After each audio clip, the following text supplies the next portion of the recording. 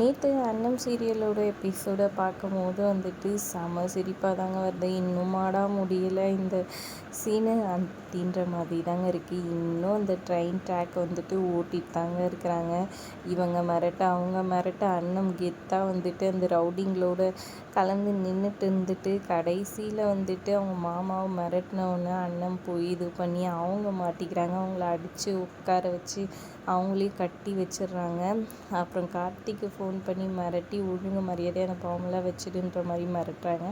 கார்த்திக்கும் வேறு வழி இல்லாமல் அண்ணனுக்கு எதுவும் ஆகக்கூடாதுன்னு சொல்லிட்டு அங்கங்கே பாம்பு செட் பண்ணிடுறாங்க. இங்கே ஆதிரியும் கையிலையும் வந்துட்டு ஒரு பக்கம் கட்டி போட்டிருக்காங்க. குழந்தைங்களோட சேர்த்து வச்சு அவங்க 2 பேரும் சேர்ந்து ஆக்ஷன் பிளாக் வந்துட்டு பர்ஃபார்ம் பண்ணணும்னு முடிவு பண்ணுறாங்க. கார்த்திக் ஒரு பக்கம் வந்துட்டு எல்லா இடத்துலையும் இதுவும் வச்சுட்டு ஒரு ஸ்டேஷனில் போய் நிற்கிது. அந்த இடத்துலேருந்து மைக்லேருந்து அனௌன்ஸ் பண்ணுறாரு. எல்லா இதுக்கும் கேட்குற மாதிரி, எல்லா பொட்டிக்கும் கேட்குற மாதிரி ட்ரெயினில் பாம்பு இருக்குது, எல்லோரும் இறங்கி தப்பிச்சு போயிடுங்கன்ற மாதிரி சொல்கிறாங்க. மொத்த பேருமே இறங்கி தப்பிச்சு போயிடுறாங்க. ஆனால் கையல் ஆதிரை வந்துட்டு அந்த ரவுடிங்களோட சண்டை போடுறாங்க. சண்டை போட்டு ஒரு வழியாக அந்த குழந்தைங்களெல்லாம் காப்பாற்றி கூட்டிகிட்டு வராங்க. அப்போ அண்ணனுமே வந்துட்டு இங்கே ஃபைட் பண்ணி செமையாக கெத்தாக வந்துட்டு இந்த ரயில்வே ஸ்டேஷனுக்கு வந்துடுறாங்க. அந்த ட்ரெயின்லேயும் வந்துட்டு போய் இது பண்ணி அந்த பாம்பை வந்துட்டு பார்த்து ஆதிரை கையல் அண்ணன் 3 பேரும் சேர்ந்து அந்த பாம்பை எடுத்துக்கிட்டு வராங்க. அந்த பாம்பை எப்படி டிஃப்யூஸ் பண்ணுறாங்க, எப்படி வந்துட்டு அவங்க அதுக்கப்புறமா கல்யாணத்துக்கு போகிறாங்க, கண்மணியும் அவங்களோட மாமா பையனையும் எப்படி சேர்த்து வைக்க போகிறாங்க இவங்க 3 பேருமா சேர்ந்துன்றது தான்